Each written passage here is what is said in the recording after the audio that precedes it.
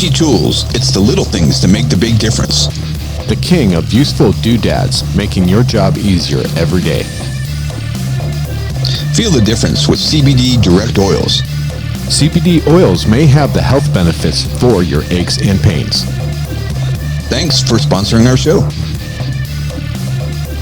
All right, welcome to another episode of PDR Tool Time. Today is episode 103.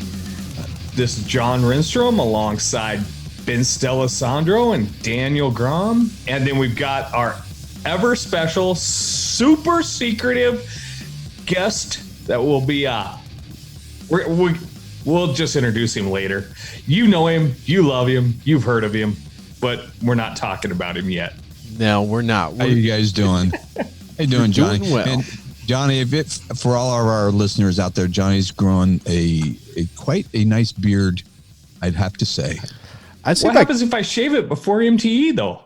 Well, that's fine. Everybody will be all disappointed. I'd say that, you got a good head start on being Santa Claus next year. It could be Fear the Beard. Yes, it is. If it gets really long, I'll be auto voted. Maybe we can auction off shaving your beard off or something. Oh, there you go. Well, yeah. The listening audience might be happy that I shaved off my mustache, so you won't have to see that crazy looking thing at MTE. That caterpillar was crawling along nicely. It was pretty gross. I had to keep pretty porny. Yeah, I had to keep 100 feet, or I'm sorry, 100 yards away from any schoolyard, and playground and nursing home. I grew mine while we were moving because I didn't want to take the time every day to shave, and then I was like, "Well, how white is it?" And then I was like, "Good God, that's pretty white." That's pretty white. Have you tried the Grecian beard? Because I did that for a little bit, and it actually works pretty good. No, it made you look like you were trying to look young. That's what it made it look. Well, sometimes you don't like the way that the gray's coming in. It comes in patchy. Yeah, but then it's like gray behind it, and it's like, okay, he's dyeing it. Then that's lame. So now he's gone full beard hipster. Yeah. Next thing I know, he's not going to be able to change a tire. Right. Check the oil. Anyways, all right. So this is episode, what are we? 203. 203. We're right on the eve or the cusp, or we're on the cusp of Mobile Tech Expo, right? So, man, I'm getting so excited, man. I'm like getting ready mentally. I'm getting ready mentally. You know what? The playground is blowing up. It is blowing up. My gosh. We almost do not have any retreat. We don't. Yeah. Sorry, what's that, Daniel? Go ahead. I didn't hear you.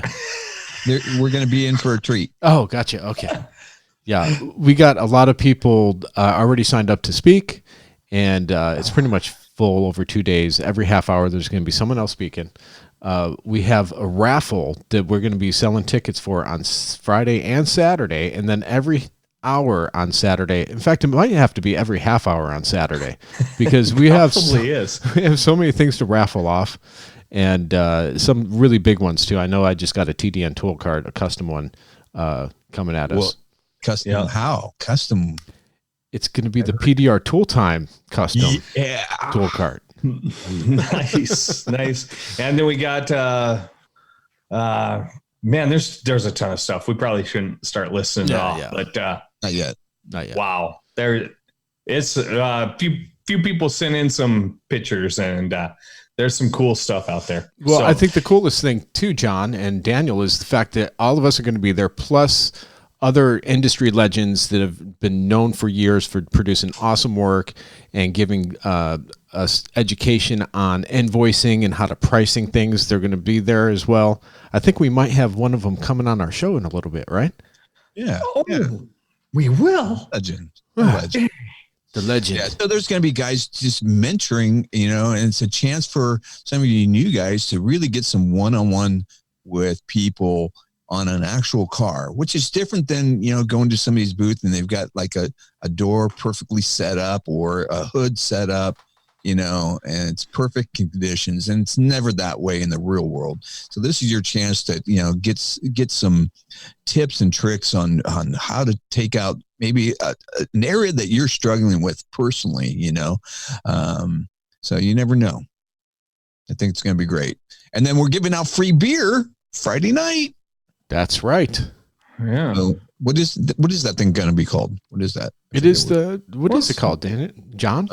Kind of the meet and greet. It's Trying to get some of these other services. So many of you guys are working retail and ultimately need to be partnering up with somebody else in the auto reconditioning world. And we're hoping that this is going to be the area for you to do just that. Because believe me, you partner as a dent company, if you partner with a local detailer, man, that's a partnership in gold. You both have customers with similar interests. That customer base wants to maintain their car.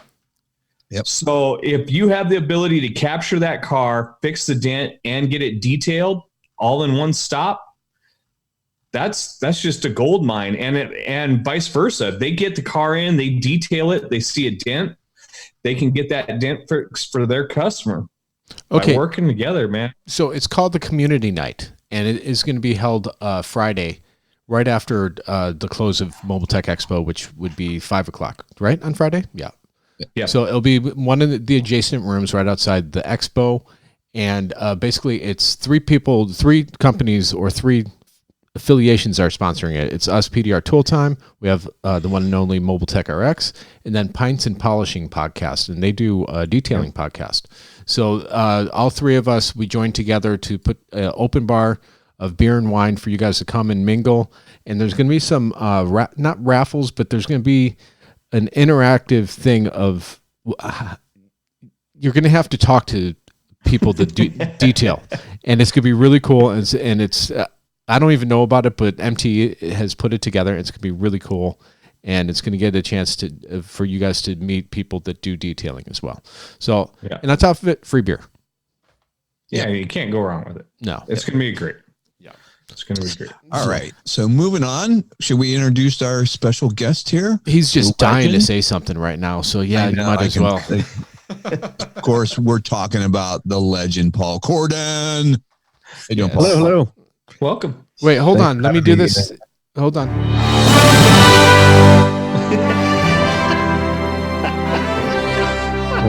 Sorry, guys. I was really loud. Carpet towards the camera on my screen. Can we speak to you now? Is that okay? Shut up. After all of that, Paul, I expect to see you running down some steps or up and down some steps at the nation's capital. That's right. Or in Philly. You know? My hoodie. So, how you been, Paul? I haven't talked to you for a while. Yeah, I've been busy. I know a lot of guys have asked me about my seemingly disappearing act, my disappearing act on social media, but I'm still out there. I'm watching everybody. I'm paying attention to what's going on. I just have been busy with in the corners. What's that? Lurking in the corners. That's right. Just listening and watching. Sometimes that's the best thing to do is, soak it in. And I chased hail this year and then came home, and we've been working on growing the local business. And that's, believe it or not, I know many of you business owners already know this, but I'm learning that takes a lot of time and energy and effort. So it's a new cool thing for me. I'm enjoying it, but it certainly takes me out of the pocket for social media. Would you rather be on the hail tail, right? What? Say it again. Go ahead, Daniel. You have a shop now, right? Yes. We have a standalone brick and mortar with a couple employees, and we work with quite a few body shops in the area and detailers and things like that.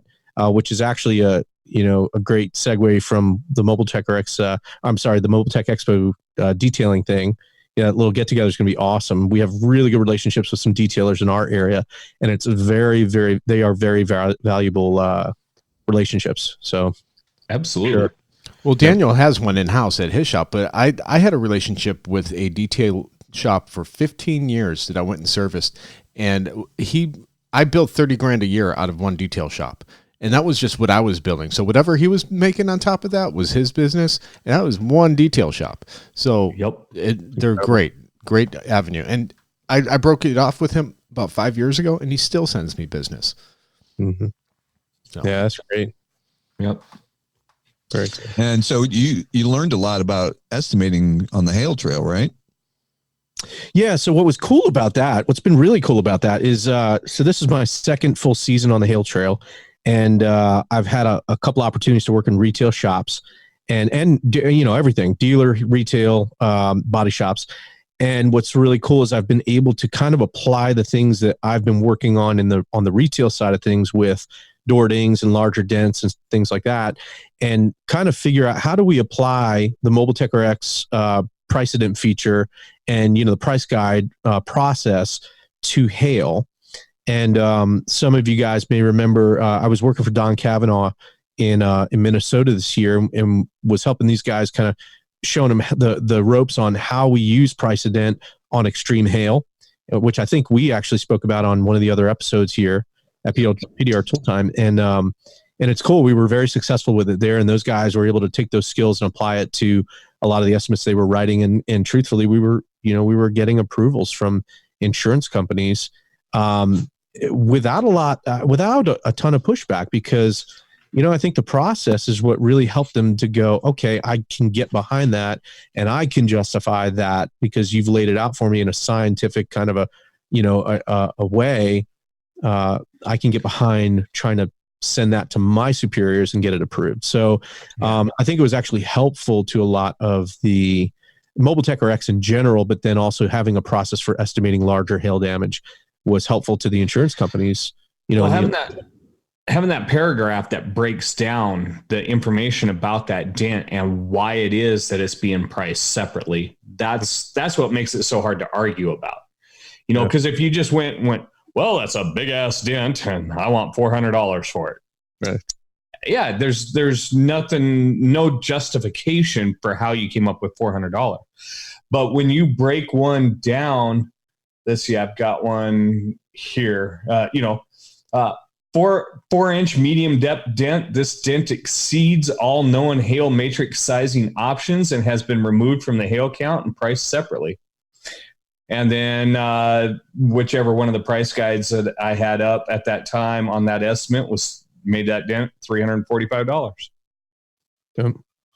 All day, man. Yeah. I'm going to say something that's really going to piss off Paul. I still can't get Paul Kordon prices out here. That's a lie. You got head trash, homie. That's right. I keep telling them that. California, you could absolutely get those. Daniel, you get them, right? Believe me, I try. I've implemented the whole Paul Kordon program. I've even got Tony saying, "Oh, that requires a manufacturer access point." What's that? Well, I don't even know Tony, and I love her. Yeah, and it comes out of her mouth like butter now. Like butter. It's awesome. So I've implemented it all. I've been cruising along now, doing so well with it. Now I'm like, okay, I want to go to the next level, Paul. Where can I go from here? How can I up my game a little bit? I might have an answer for you on that, but I don't know if I can talk about it yet. I've been talking a little bit with the guys at Mobile Tech RX about, possibly stepping that up. So we'll see. I don't know. Yeah. Stay tuned. Yeah. Good. Good. I like top secret stuff. Yeah. Top secret. There you go. Secret squirrel. Now, Paul, are we going to see you at MTE this year? Yes. As a matter of fact, I wasn't sure if I was going to make it. Then I talked him into it. Yeah, well, Daniel did. He put a lot of pressure on me, but I kind of decided at the end of a long story. It's about family scheduling and all that other stuff. But at the end of the day, it was too important for me to miss. So I'm certainly gonna be there and gonna be hanging out with everybody, mingling, and really I'm looking forward to I don't have to do any big time presentations or anything like that. However, I think I will be joining you guys at the PDR Tooltime booth for a day or two and just, hanging out there. That'll be cool. And so I'm looking forward to that and then kind of observing and looking at tools and stuff, which I haven't been able to do the last couple of years. So I'm looking forward to it. For very much. Were you even there last year? Yeah. Jeez, I don't remember. It was weird. Remember, it was the new location. So yeah, everything was just weird. Like, I think it was kind of like all of our collective minds had a little bit of a brain fart and was like, was there even an MTE last year? Yeah. You had to speak at what? You spoke at a couple of, I know you had one class yourself, didn't you? Yeah, we had a class, and then I'm trying to remember. Gosh, man, years are starting to gel together. Oh, that's right. I'm trying to remember. I was at Todd's booth. I was at Carbon Tech's booth for a while too, helping him. Yeah. And then just mingling and hanging out with everybody. It was definitely a weird year though. It was a bit of a tricky layout to navigate. So yeah, you and your brother did a presentation. Yeah, Tim and I were there, and I was at the presentation. What am I talking about? Of course, you were there last year. Yes, I was there, but it was like I said. I mean, it was just I think it was a kind of a little bit of a tricky one because we were so used to everything at the Carib. Yeah, and then it changed venue and things were just different. Layout was different, so I don't know. I always have to remember. Okay, was that last year or was it the year before? So it's all jumbled up in my mind. We got another new venue this year, but I'm thinking it's going to be more like the Carib. Yeah. Well, I think it sounds better. Here's the cool thing, because we got an email from Sheldon, the director, the other day, and I don't know if I'm supposed to share this or not, but I'm going to share it anyways. And this is an exact quote. The floor plan, the floor plan is totally sold out and registration through the roof. So I'm thinking this might turn out to be one of the best shows ever. So if you are not going this year, you're definitely missing out. Some of the guys that live in Florida have been to this place many times. This is where for vacations and stuff. And like Kevin Bird, he's been there tons of times. Yeah. I think this is where they usually have their golf outing. This place is top notch. And I know that people are complaining about the prices of the rooms, but believe me, you're going to get what you pay for here. You mean you're not going to get a dead roach in your room? Oh, it is Florida. You might still get that. A dead flying roach that's the size of a bird. Yeah. That's pretty cool to hear, considering this was the year they had the Vegas version too. Yeah. So I'm glad to hear registration's up like that. Well, Vegas was awesome. That's cool. The whole floor is better. The venue, you're staying at the same place where you can, where the show is at. So you can once again return whatever you purchased to your room without having to get a cab. Yeah. So I think the whole thing is just going to, could be the biggest and best show ever. Yeah. Yeah. Well, I know with our booth, it's going to be the biggest and best ever. We did a trial run in Vegas, and it was a success. We had a great time. All the attendees had a great time, and they were watching us closely. And the MTE staff, they were watching and seeing what was going on there. And when they invited us back, they gave us we have the largest booth at MTE. Yeah. So what are you guys doing differently so that you didn't do in Vegas? Nothing.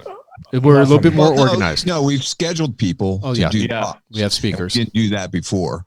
And that was kind of the big thing. We didn't really do a very good job in letting all the tool manufacturers know what we were doing. None of us knew what we were up to. We were trying something completely unheard of. Yeah. And it was perfect. It's really perfect for setting this whole thing up, because we're really going to be all out on this now. So, but the concept hasn't changed, which is manufacturers' tools in the booth, demo cars, which are like real cars, not manufactured dents, which I'm sure we'll be making dents, but real cars to work on. And the difference too is it's not just going to be our ugly mugs in there, but known industry professionals there helping out.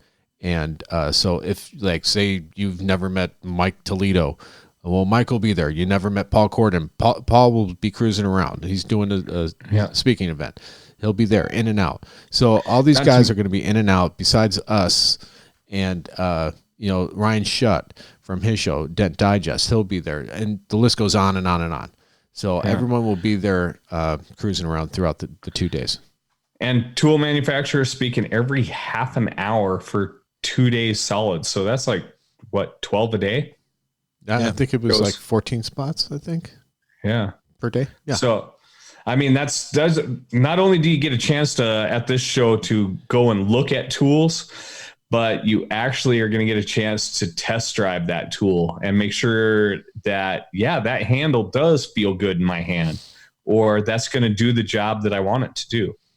So it's going to be a great, you got some Stanliner tools and you're okay. How do I use your technique behind a brace or this area or hard to get area, so you'll be able to find that out. No, that's what I'm hoping to try out, some Stanliners, man. Yeah. Yeah. Well, let me tell you this. We kind of we bought some and adopted them this year, and they are really impressive. They are. Like there's a little bit of a learning curve, but once you get the gist of the concept behind the reason he designed those tools, it's brilliant. It really is brilliant. And they do things, I think, that to my knowledge, no other tools will do at this point. Now the concepts will work on any tool manufacturer can do it, but man, he's just done such a good job of designing those tools. They're very unique and they're really helpful in certain situations for sure. Yeah, because I find myself dragging and doing things with an A1 tool or an Anson tool or Ultra tool, which kind of came from some of the techniques that Stan Lander was showing me while I was at one of his shows. So let's dive into some estimating things because that's why we brought you on here. Yeah, absolutely. I always talk estimating with Paul. Yeah. Oh, so for people that may not know, you came up with the Paul Kordon matrix, which I have adopted and use, and it's part of the Precedent, which you also came up with. That's on Mobile Tech RX. So why don't you start there?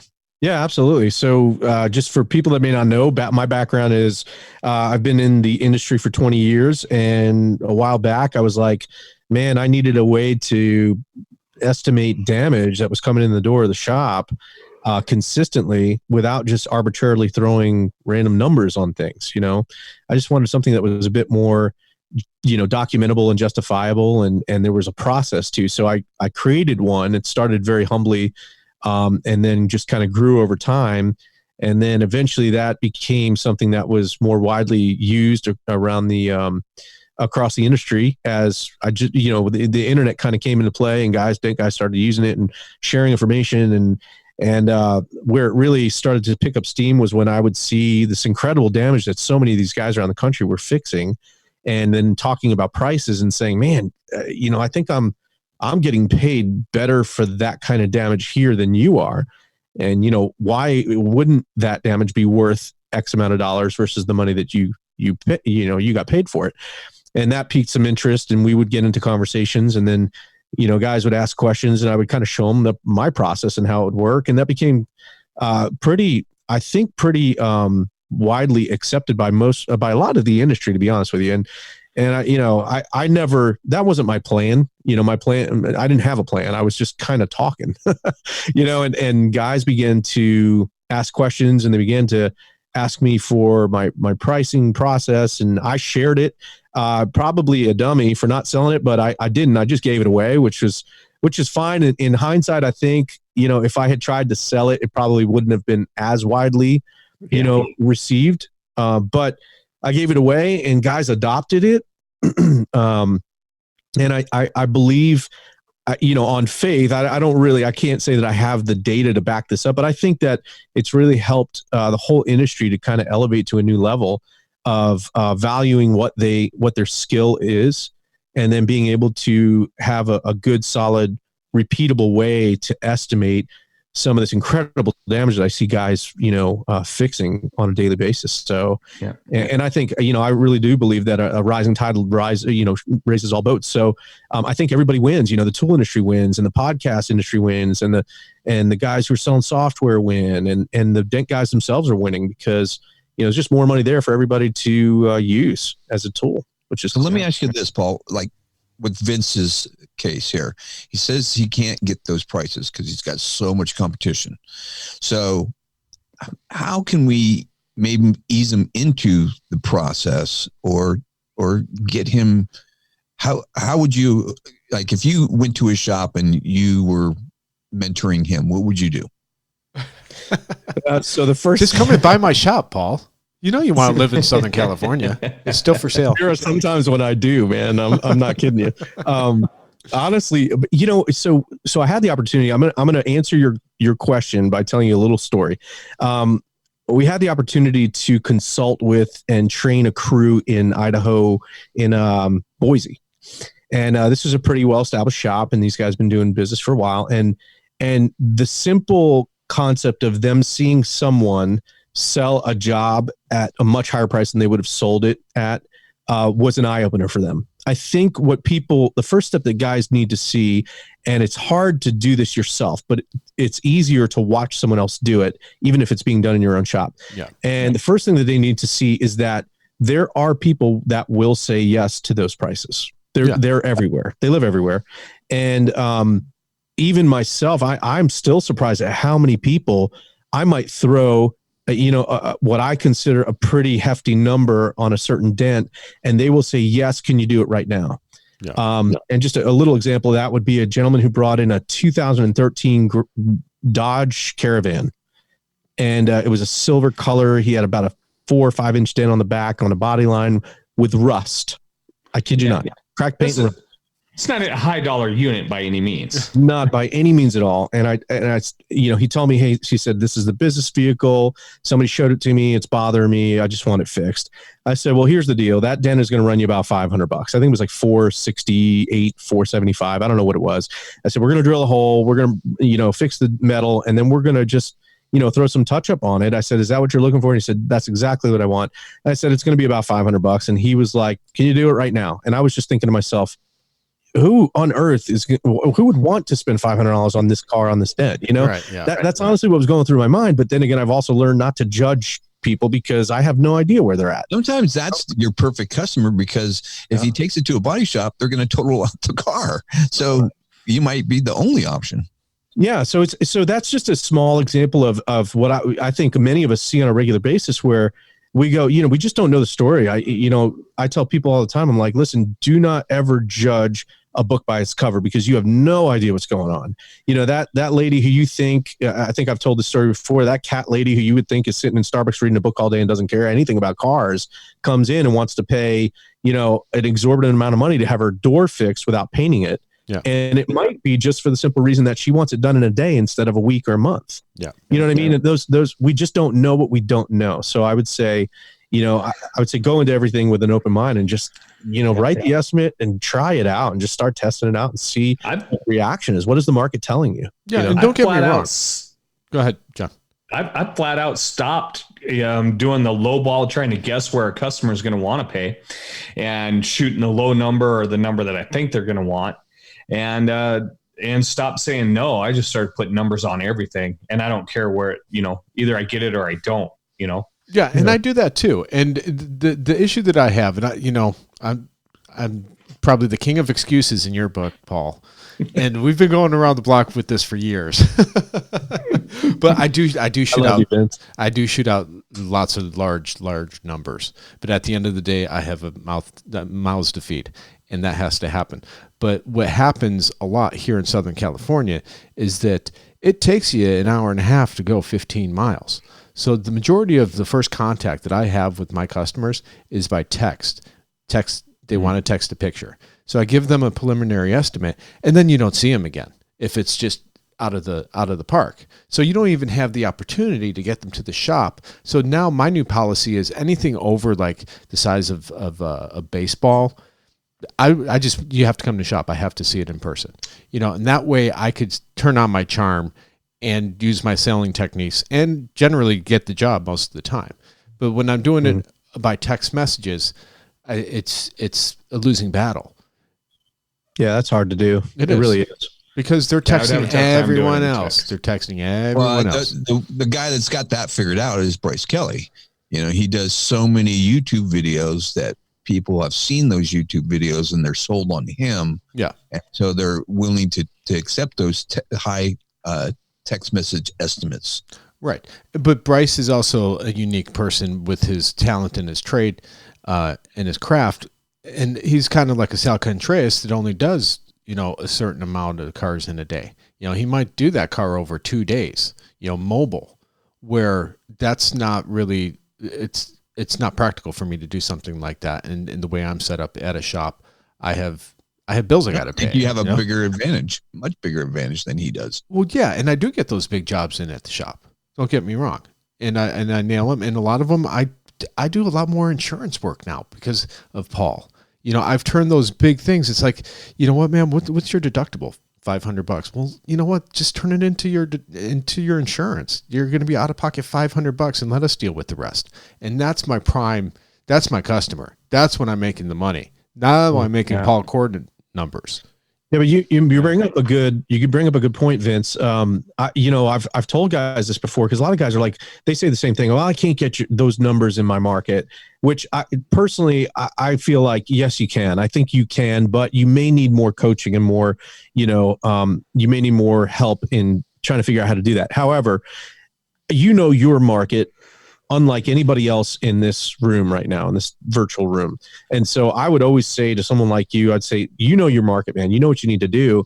And at the end of the day, what I've told guys to do is, listen, forget about the dollar figure, focus on the process. Do you have a repeatable process? Do you have a way of showing the customer that this is more than just, my opinion, and show them that there is some sort of a way that we kind of get to this estimate that's more involved than just what we think and how we feel. And I think when most people see that, they tend to negotiate less, and then they tend to take us a bit more seriously, like we're true professionals, than just throwing a number out there. And I don't think that you do that, Vince, at all. I'm just simply speaking to the guys that are saying the same thing that you might be saying and going, well, I don't really know how to use the price ident feature in Mobile Tech RX in my market, or I don't know how to use a price guide at those numbers in my market. But it's not really about the number, the dollar figure. It's more about the process. So use that, size it out and use the factors and all that other stuff. And I think that most guys will see their average tickets start to increase. Yeah. Well, one of the things that I've seen is I've taught a lot of people how to do the price ident through Mobile Tech. A lot of guys are like, I can't. I'm not even going to try to get those prices. So they build their own price ident matrix, which does exactly what you just said. And then 6, 7, 8 months down the line, when I'm talking with them again at something else, then next thing I know, they're using the Paul Kordon price guide. Yeah. And it's like, well, I thought what? Well, once they get the procedure and the process and go through all of that and then get it standardized within their company, then pretty soon they find that it was really easy to get all of the money off of that matrix. Then they move the matrix up and then they get all the money off of that. But ultimately, the first step is those processes and procedures. And that changes everything on any company. And it doesn't matter if you are brick and mortar or mobile. It's getting that set of processes in your estimating down. Yeah. Changes the mindset of everybody. I've definitely noticed that. One of the things I've noticed that is seems to be pretty consistent is we have 2 guys that work for us here in Virginia at our shop. And I'll use them as an example, but this is a kind of a small example of what I see on a greater scale with guys across the country. And that is that when we gave them, just as an example, we gave them the price guide. Let's talk about a tangible price guide. We gave them the price guide in their hand, and they looked at the dollar figures and the inches of this damage, and then they flipped it over and looked at the factors, and then they considered the R&I. Just having those options, and to give an example of the price ident in Mobile Tech RX, being able to click on your dent and then click on factors and then select a number of options that are in that factors list. As long as those options are there, guys will use them. That's the part that blows my mind, and that's awesome to me, is that if I put in a new factor, let's say tomorrow I called up Mobile Tech RX and I said, hey, John, hey, Eric, I want you guys to add a new factor to the price ident feature, and we're going to call it I don't feel like freaking working today factor, right? And we're going to mark it up by 20%. If that factor were there, I guarantee you there'd be a guy somewhere in the country that would click that button tomorrow and write an estimate with that factor on it. So my point is, I think when guys are able to see that there are options and ways for them to document and justify what they're seeing, I'm surprised at how many guys use the edge of panel markup. I'm surprised at how many guys are now using multiple markups in their estimates because it's there. The go away factor. Add the go away factor. Yeah, they have, I don't care what you call it. I mean, you put a factor in there and guys will use it. Yeah. And that alone is I think helping to change and shift the industry in general on how to get better and more consistent at writing estimates, And so I hope to expand on all of this at PDR Tooltime's booth at MTE this year and answer some questions and also give guys some basics on here's how we do this.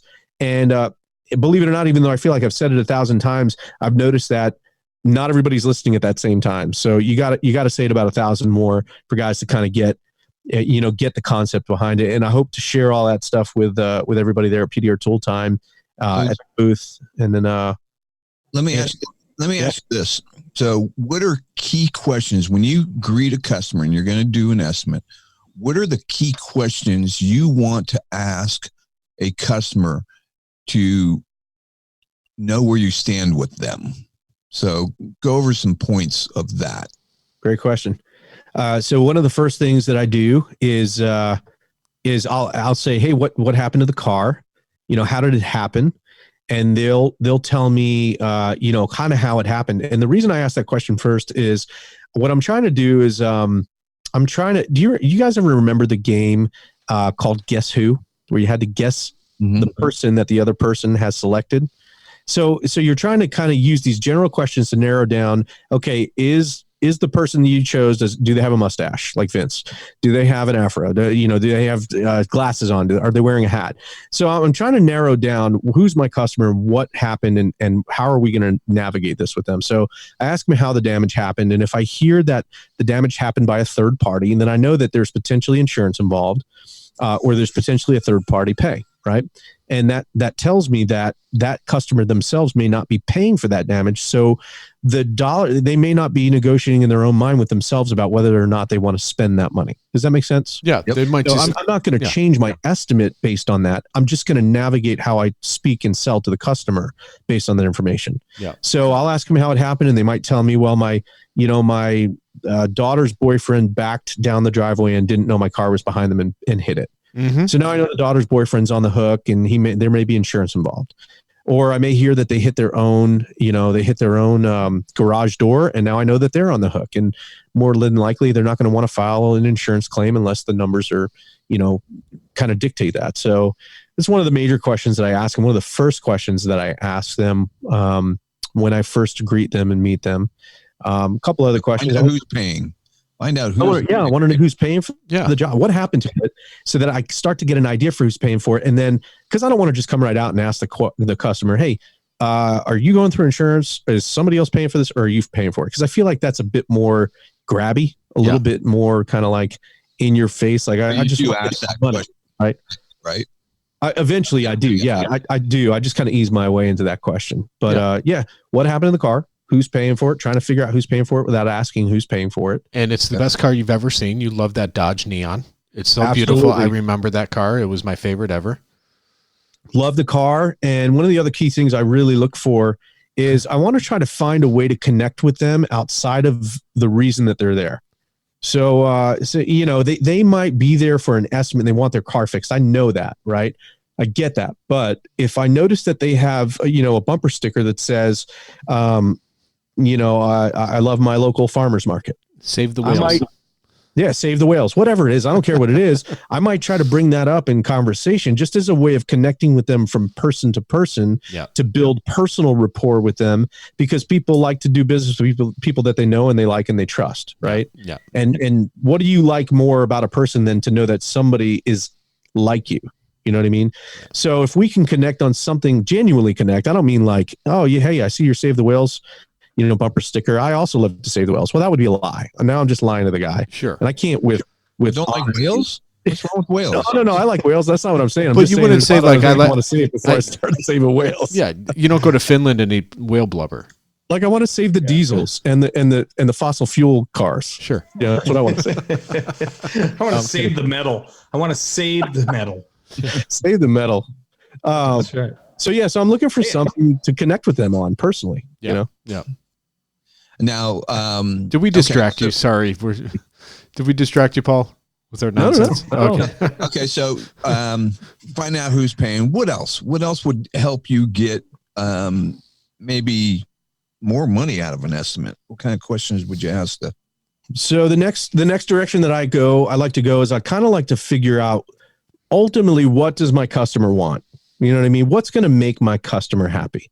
Because there's some customers who honestly, they don't really care. You guys know this. You've met these guys. They don't care how it gets fixed. They just want it fixed. Yeah. Maybe you just happen to be the first phone number they called or the first shop they decided to stop at. But it doesn't mean that they're there because they read all about PDR and they know they don't want their car fixed. They don't want a Carfax report and all this other stuff. They just want it fixed. They don't really care whether it gets painted or not. And so I'm trying to determine what level of buy-in does this customer have into fixing this car using PDR to avoid repainting or replacing parts, and maybe possibly to avoid, a Carfax report or something like that. So I'll ask some questions, about kind of what their goal is. And let's say they have a dent with some paint damage in it. I'll ask them what their goal with that is. Are you planning on repainting this, with respraying, or are you considering doing a little bit of touch up and letting it go? And if they tell me, well, I don't mind repainting it, then I might say, okay, well, maybe you want to just go to a body shop and have the body shop do the whole thing. Or maybe your goal is, at that point, I want to find out, are you coming to me because you want to avoid putting any sort of body filler into the car? And then I'll do the metal work and then you'll go send it to a shop to get painted next. Or do you really not care about the body filler? And in that case, maybe it is better for you to go to a body shop and have it done that way. And I know that, when customers hear us genuinely trying to come up with solutions that fit what their desires and their needs are, we build a lot of trust and rapport with them. And I've had customers leave us 5-star reviews just for simply telling them it's probably not worth putting the money into their car. Yeah. Yeah. And one of my big things too, like I do exactly what you do, Paul, when I first approach them, all that stuff. One of the things I say is this a leased vehicle or do you own this? Because that kind of gives me a direction as well. Because I get a lot of lease returns where, hey, just make it better, just make it better. And before I didn't ask that, I would lose that because I'm like, oh, I got to make it perfect and this and that. They don't care. They just want to pass lease inspection. And I've probably lost a lot of work that I could have worked on because it's like, well, I can't make it perfect. So, send them down the road to the body shop where I could have captured that and kept it in-house and made it 90% better, made it good enough to just pass the lease inspection below their deductible or whatever and make the customer happy and make everyone happy. And, so I do make it a point to ask them, do you own the vehicle or is this a lease? That's a great question. I think that we try to also get that information from them. I don't think we ask that question in that way, but it's honestly, I think we're going for the same feedback from the customer. Right, I just happen to ask a few different questions that get me to the same point. But yeah, no, that's actually probably a shorter, a better question to ask, to a shorter direction to get to that answer. So yeah, I like it. Well, I agree. Try it. Yeah, because report back to me and let me know. I'm going to give it a shot. Well, it does kind of change. A lease means it has to be fixed. Yeah. Mm-hmm. On ownership, they might not care. For that, I can drive it. But on a lease, it's got to get fixed one way or the other. Now, here's the other thing with the lease that you got to be careful with, because I know out here, when they go to turn them back, some get pre-inspections, right? And then they know what they need to fix. And then they come and see me. There's times where the cost to get it fixed by the leasing company is cheaper than what we charge. And that kind of puts us in a pickle as well. Their PDR guys, Volkswagen, they write PDR up for like $75. Well, if your minimum is $125, they're not going to fix it with you. So I usually ask them, well, when you turn this back, oh, it doesn't go back for a month. Have you gotten a pre-inspection? No. Okay, now I know. I could command my prices and probably get them. Where on the flip side of that is if they have already gotten a lease inspection, a pre-inspection, and I give them, I don't know that, I'm giving them my full retail price, they're like, yeah, well, I'm just turning it back with the damage because it's cheaper. So I have a kind of a rebuttal, I think, that would work in a situation like that. I had a customer. I'll tell you a story so that it sets the mood picture for you on this. Yeah. I had a customer that we fixed a dent in a leased vehicle for on a fender. It was a relatively small dent, and he asked me. He said, "Well, does your repair process report to Carfax?" And I said, "No. We don't choose to, and we're not required to by law." And about a week later or 2 weeks later, he called me back. He said, "Hey, I thought you said you didn't report to Carfax, but I see that I have a report from the date that I was at your shop of a repair on my car." And I said, "Well, we don't." I said, "I'm curious to know what's going on with this. So let's dig in. I'll give him a call. You give him a call. Let's figure this out." Well, it turns out that that guy paid cash to have the dent fixed, and then he went back to his dealership where he filed a claim for reimbursement from the warranty. He had a dent warranty. The problem is when he had the dealer do the repair or actually technically file the paperwork for the warranty, it generated an RO from the dealer, which then automatically sent a report to Carfax. So there was what was listed as, and I quote, front end collision on his virtually brand new Audi. Yeah. And so, and I told him, I said, listen, it had nothing to do with me, but what I would recommend is call Carfax and have it reported correctly. Have them change it to, hey, it had a small dent. It was fixed without painting and everything's original on the car. And I think he was able to do that. But I tell that story to let you know that sometimes when they go back through the dealership and have the guys in the dealership do the repair, that might open an RO in their system, which could potentially automatically generate a report in Carfax. So that is a selling point against having them go to the dealer for the work. Yeah. Right. We can't hear you, Daniel. You got to press your button. Daniel.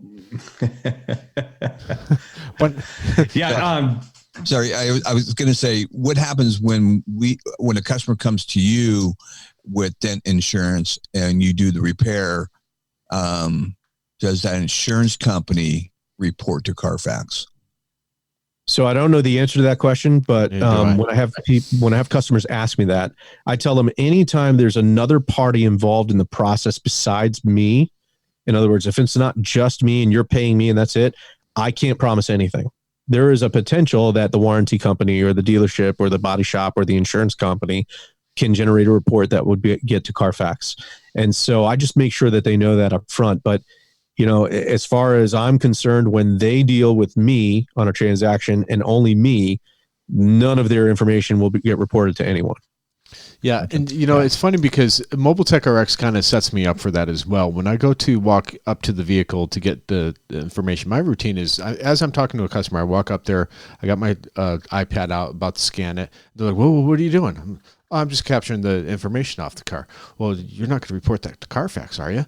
Well, absolutely not. We have no affiliation with Carfax. That's my in to kind of help along with the sale as well. It's like, no, this is just going to Edmunds.com and getting the information off your car so I don't have to type it in. We have no affiliation with Carfax. If you bring it to the dealership and they, like you said, generate an RO, boom, now this will be on your Carfax. Yeah, a lot of dealership in-house software reports to Carfax. And some body shops too. Some body shops, but also some people, and I because I monitor a lot of collision stuff as well. It blows across collision forums pretty heavily because some other major estimating systems have certain things within their system. If you use those, also report to Carfax. Right, like Mitchell, right? Is Mitchell one of them? Like if you generate an estimate in Mitchell, well, maybe not an estimate, but if you set up a work order in Mitchell or CCC or something, one of them, I've seen it. It says something about Carfax on it. There's some stuff I'm not gonna list any names or anything, just because never mind. that would be, but it's not directly like, a lot of people think it's directly just putting it into the software, and that's not what it is. No. And it's generally some sort of automated offshoot that information is getting put into, and that's what gets reported back to Carfax. Yeah. But a lot of dealerships all use an in-house software. So for most of you that don't understand what that in-house software is, think of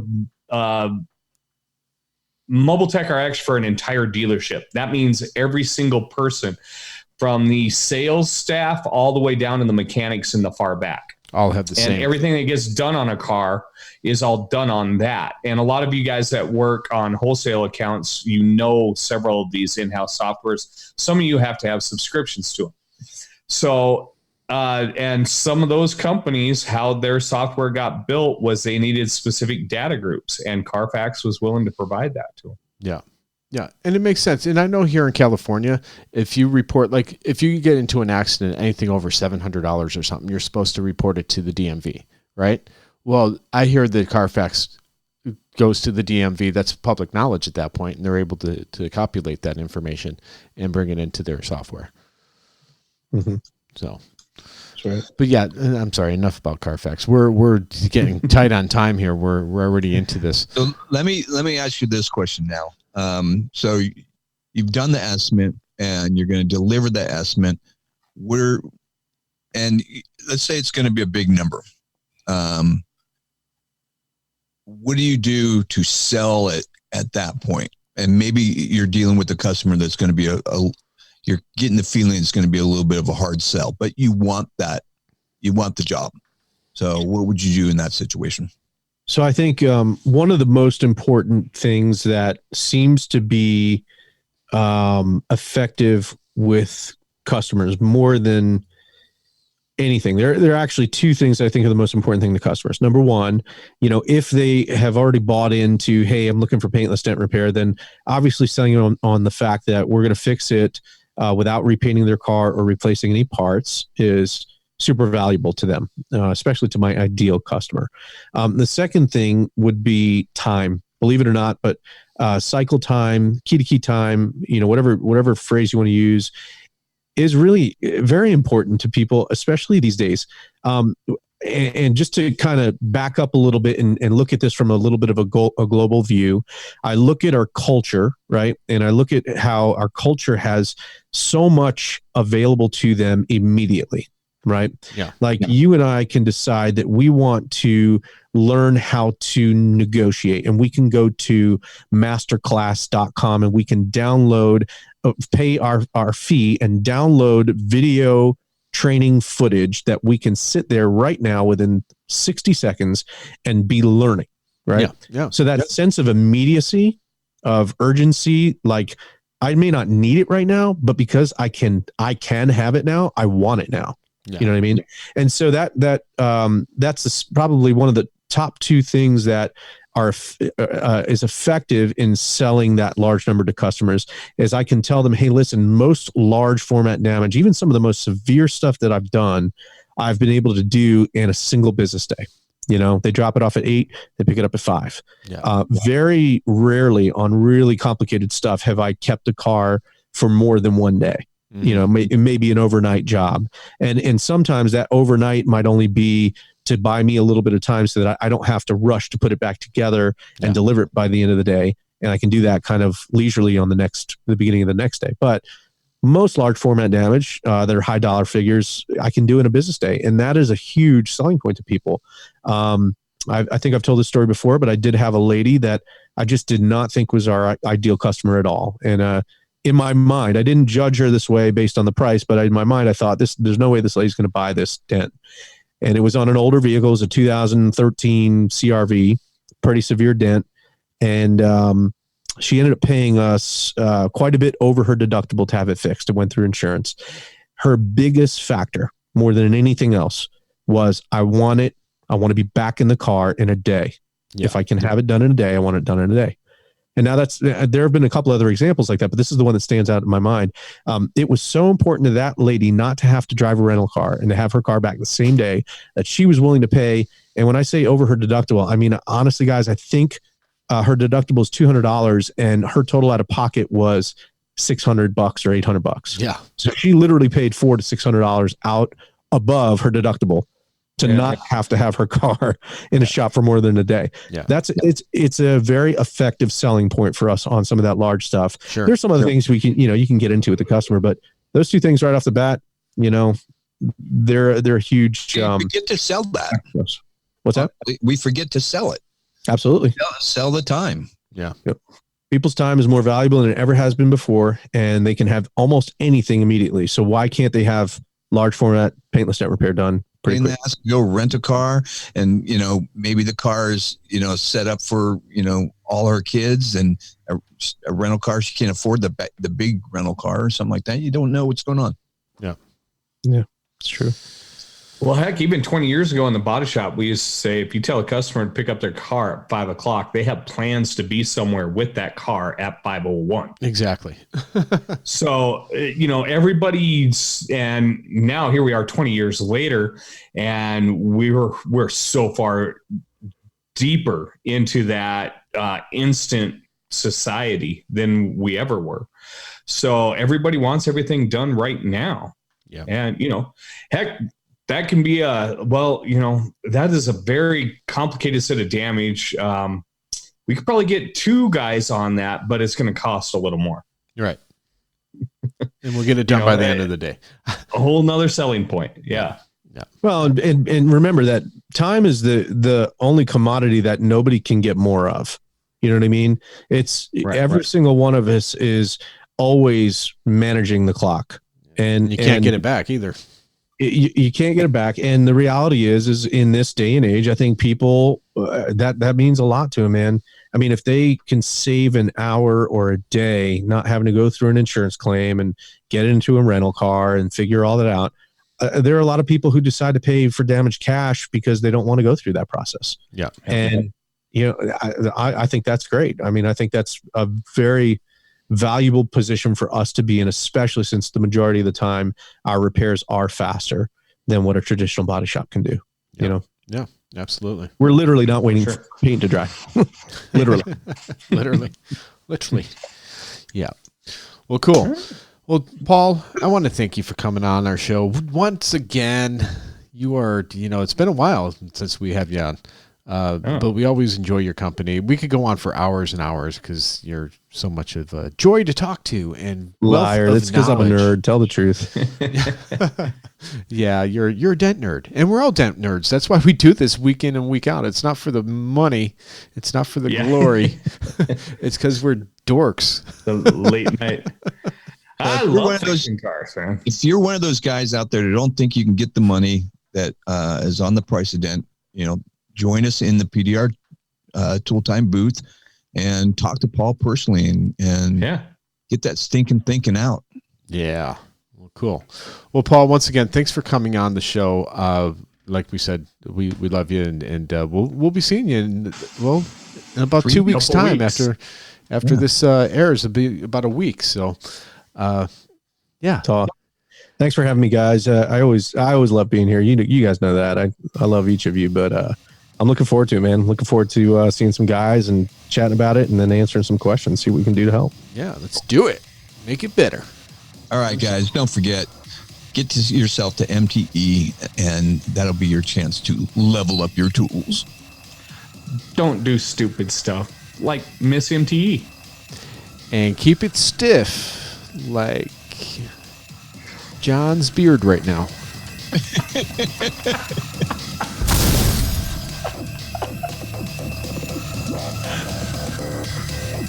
Visit AnsonPDR.com for the largest selection for just about all your PDR tools, where you'll find hog glue and hog tabs. MobileTech RX, the app that helps you make more money. Don't forget to grab your Magnatech mat, available at most PDR tool distributors. Thanks for listening.